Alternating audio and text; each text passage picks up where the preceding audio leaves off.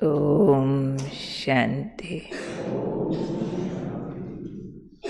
ओम शांति। आज का स्वमान, मैं माया जीत आत्मा हूँ। हम जानते हैं कि माया बड़ी दुष्टर है।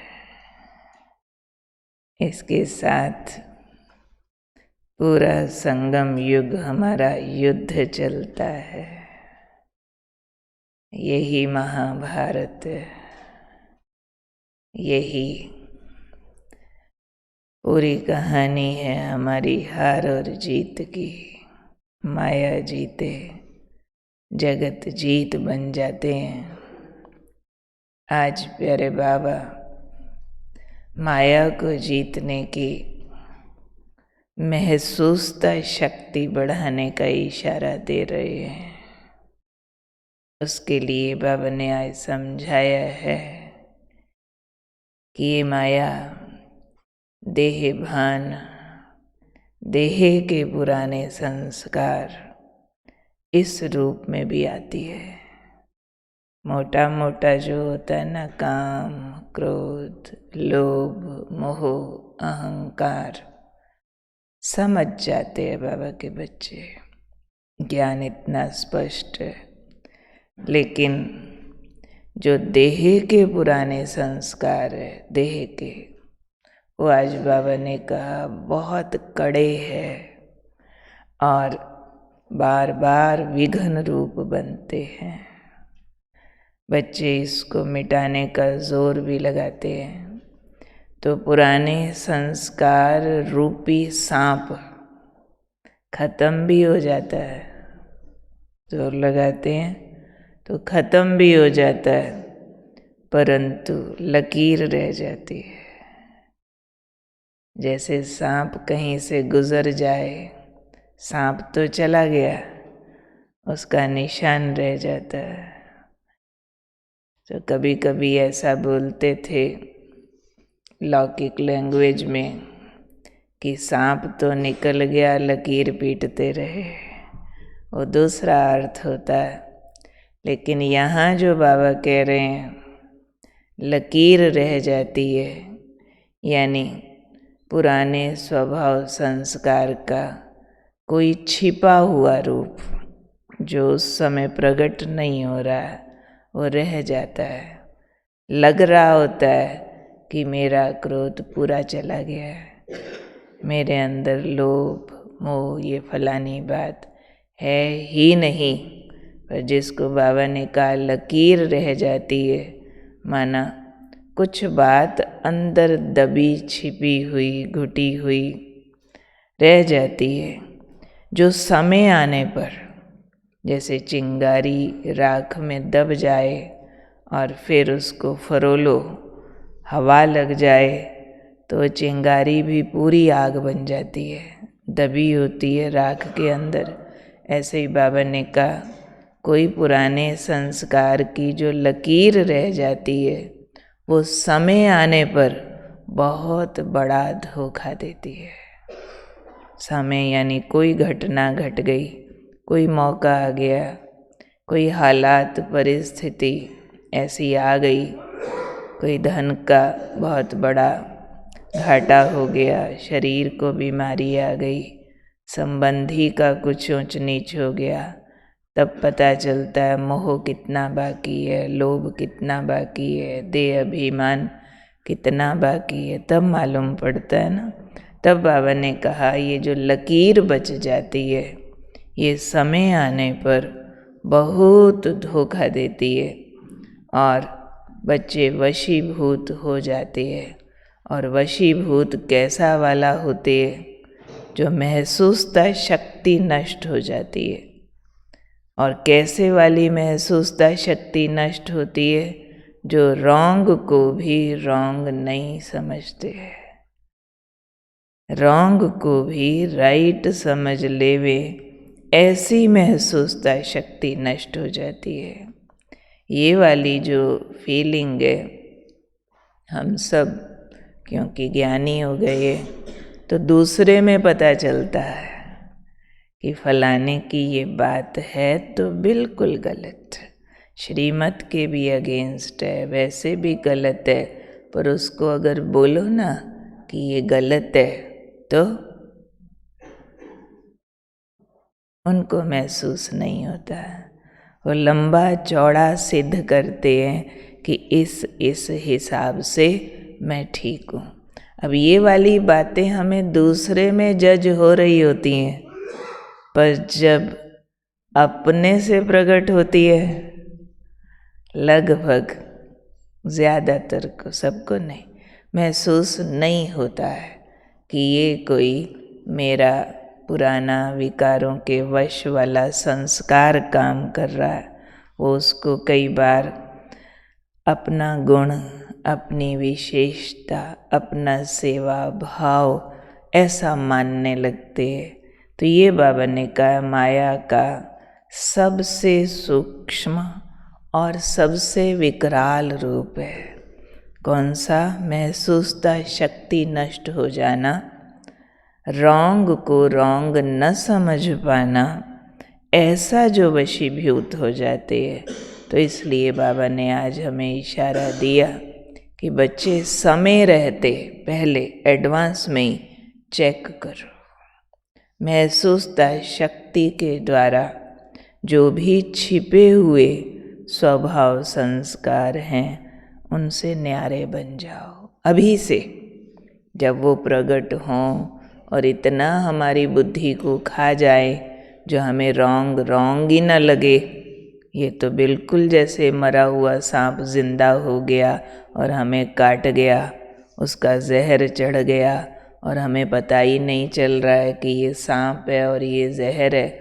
इसलिए बाबा ने कहा पहले से ही चेकिंग के द्वारा और महसूसता शक्ति जगा करके क्या करना है काम, छिपे हुए जो पुराने देह के संस्कार है उनसे न्यारे हो जाओ। बहुत सारी देह की ऐसी हमने आदतें पाली हुई है जिसको हम कभी किसी विकार या माया के अधीन नहीं समझते हैं। हमारे अपने खाने, सोने, उठने, बैठने, आने जाने, खर्चने के जो तरीके हैं उन पर हम कई बार इतने रिजिड होते हैं कि हम नहीं समझते कि ये हमारे कोई लोभ मोह अहंकार के लाइन में आ रहे हैं। चाहे कोई को तीखा खाने की आदत है, कोई को फीका खाने की आदत है, तो फीका वाला समझेगा कि मैं तो सतो प्रधान खा रहा हूँ, पर जब नहीं मिला या दूसरा कोई तीखा खाता है तो उसको गलत नज़रों से देखेंगे, उसके लिए एक दूसरे को बोलेंगे देखो ये ब्राह्मण होके ऐसा करते हैं ऐसा करते हैं। इसलिए मैं फीका खाने वाला राइट हूँ। और जहाँ जहाँ फीका नहीं मिला सारा ज्ञान योग छोड़ के उन्हीं कामों में लग जाएंगे। फॉर एक एग्जाम्पल दिया, ऐसे इस देह की पंचायत इतनी बड़ी है कि 100 1000 तरह के भी हमारी चॉइसेस हो सकती है कि मुझे ऐसा ही चाहिए। और जहाँ जहाँ ना मिला वहाँ हम डिस्टर्ब हो जाए, हर्ट हो जाए, तो अपना एक स्लोगन है, if it hurts it's ego. जहाँ हम डिस्टर्ब हो रहे, जहाँ हम हर्ट हो रहे, बेशक हम सिद्ध कर देवें और सारे लोग मान भी जाए कि गलती दूसरे की है, पर डिस्टर्ब मैं हूँ ना। क्या मेरा डिस्टर्ब होना श्रीमत अलाउ करती है कि गलती आप सब ने की और सब मान गए? मैं 50 लोगों को सामने लाऊं और पूछूं कि मैं गलत हूँ या ये लोग गलत है, वो 50 के 50 मान जाए कि आप सारे गलत हो, मैं ठीक हूँ, पर मैं रो रही हूँ, मैं दुखी हूँ, मैं गुस्सा कर रही हूँ, मैं फुल डिस्टर्ब हूँ। सिद्ध ये हो रहा है कि आप लोग गलत हो, पर क्या मेरा रोना, डिस्टर्ब होना, दुखी होना श्रीमत अनुसार ठीक है? ये मेरी महानता है? ये मेरा ज्ञान है? ये मेरा योग है? या मेरे पुराने संस्कारों का वशीभूत रूप है? पुराने संस्कारों के वश होकर ही हम दुखी होते हैं। लेकिन ये कई बार इतने गुप्त और इतने छिपे हुए रूप में होते हैं जो हम महसूस नहीं कर पाते कि ये माया होती है, ये विकार होते हैं। हम तो ये सिद्ध करने में लगे रहते हैं कि गलती दूसरे की है। बात इतनी बड़ी है, बात इतनी खराब है, इसलिए हमारा डिस्टर्ब होना ठीक है। परंतु अब इस सूक्ष्मता को समझते हुए हम इस बात को अंडरलाइन करें कि मेरा दुखी होना, लोभ मोह क्रोध वश किसी भी रूप से होना, चाहे सामने सारा संसार गलती कर रहा हो, फिर भी ईश्वरीय ज्ञान अनुसार मेरा दुखी और डिस्टर्ब होना गलत है। क्योंकि हमारा सारा ज्ञान रोज हमें ये सिखा रहा है कि हमें हर हाल में खुश रहना है। कैसे इन प्रभावों से अपने को मुक्त रखना है जो अपने आसपास गलत हो रहा। क्योंकि हमारा ज्ञान हमें ये नहीं सिखा रहा कि आपके आसपास जो गलत हो रहा उसको कैसे ठीक करो। ये सिखा रहा है क्या? इस कलयुग को कैसे रिपेयर करो, ये सिखा रहा है? नहीं, हमारा ज्ञान कलयुग का विनाश सिखा रहा। और इस सारी गड़बड़ियों के बीच अनडिस्टर्ब्ड, निर्विकारी, अप्रभावित होना सिखा रहा है कि सामने सब लोग गुस्सा कर रहे हो तो भी मैं शांत, सब लोग चोरी चकारी लूट मार मचा रहे हो तो भी मैं दानी, सब लोग निंदा कर रहे हो तो भी मैं महिमावान, दूसरे के गुण देखने वाला। ये हमारा पार्ट चल रहा है ना। कीचड़ में कमल, कमल शिकायत नहीं करता कीचड़ इतना गंदा, मुझे कीचड़ खाना पड़ रहा है, कीचड़ में जीना पड़ रहा है, मैं क्या करूं? नहीं, उसको फिर भी ये ट्रेनिंग है कि कीचड़ से बाहर कैसे निकलना होता है।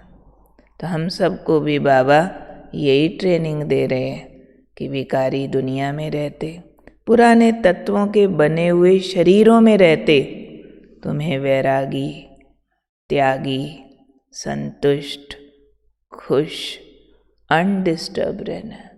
मिट्टी तो सबकी पुरानी है, बीमारियां तो सबको है, सुविधा तो सबको चाहिए, परेशानियां तो सबको है, धन संबंध वस्तु पदार्थ इसकी मुश्किलें दिस वे दैट वे सबको आ रही है। लेकिन फिर भी हमें बाबा जो ट्रेनिंग दे रहे हैं, सर्व का सहयोगी, फिर भी दाता रूप, अपना हिस्सा त्यागने वाला, अपने को पीछे रख दूसरे को आगे बढ़ाने वाला, ऐसा बनो। तो ये अगर हम महसूस करके लगातार इस पर काम करते रहें कि मुझे ऐसा माया जीत बनना है, तो कहेंगे माया जीत। ठीक है, हमने बड़े बड़े कदम उठाए, ब्रह्मचारी होकर रहते हैं, बड़ा कदम है। अन्न शुद्ध खाते हैं, बड़ा कदम है। उसमें बहुत सारे स्वाद, उसका संयम करना होता है, बहुत सारा ज़माने का क्रिटिसिज्म सुनना होता है। एक बीके लाइफ में आना भी बड़ी निंदा सुननी होती है। उतने बड़े बड़े कदम हमने उठाए, पर बड़े त्याग के साथ जुड़ा हुआ छोटा त्याग मिस न करे। वही बाबा ने कहा, ये जो छिप गया सांप तो मार देते हैं बाबा के बच्चे, ये मोटी मोटी बातें जीत जाते हैं, लेकिन जो लकीर रह जाती है ना, वो धोखा देती है, वो अंदर छिप जाती है। जैसे बड़ी मशीनरी में जितना महत्व बड़े बड़े पुर्जों का होता है, उतना महत्व एक छोटी कील का भी होता है, एक छोटे पेच का भी होता है। पूरे बड़े ऑटोमेटिक प्लांट में, चाहे वो 1 किलोमीटर का हो, एक मशीन का एक पेच गिर जाए, प्लांट तो सारा रुकेगा।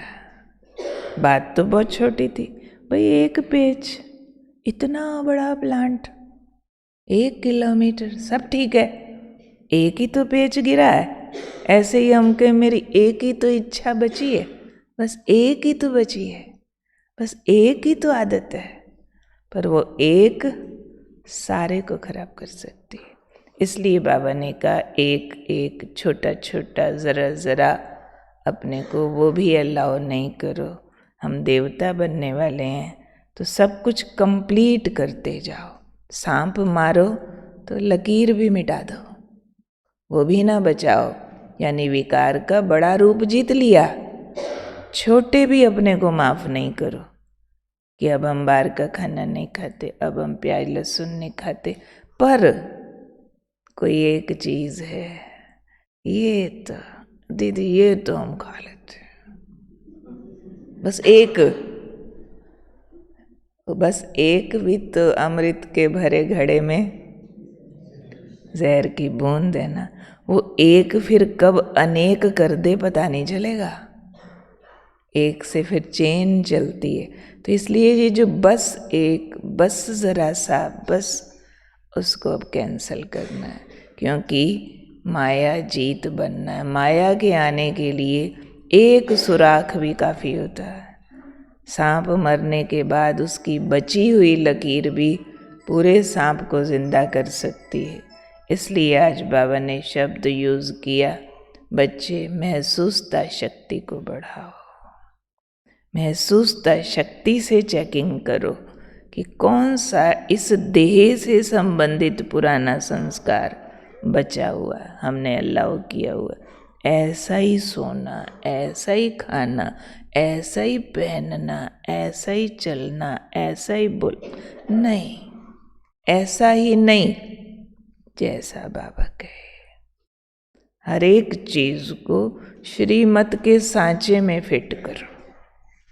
हर एक चीज़ को, श्रीमत को अपने जीवन के सांचे में मत डालो कि हम तो ऐसा ही करते हैं, बाकी बाबा ने कहा था ना ये ठीक कर लिया। नहीं, सारा जीवन श्रीमत में डाल दो, फिर देखो अहो आनंद, वो जो विजय का मज़ा है, वो जो नशा चढ़ता है, उसका कोई मुकाबला नहीं। वो जो सुख है वो बेहद वाला होता है। नहीं तो बीच बीच में फिर कभी सुख, कभी दुख, कभी उतार, कभी चढ़ाव, कभी माया जीत, कभी माया से हार। वो फिर जैसे अपने को खतरे में टांग के रखते रहते, खुद के लिए खुद खतरा, कि अपने एक दुश्मन को अपने घर में आने दिया, बाकी फौज सारी बाहर है, वो जो एक है वो भी तो कितना खतरनाक है। तो इस हिसाब से हम अपना माया जीत रूप तैयार करें।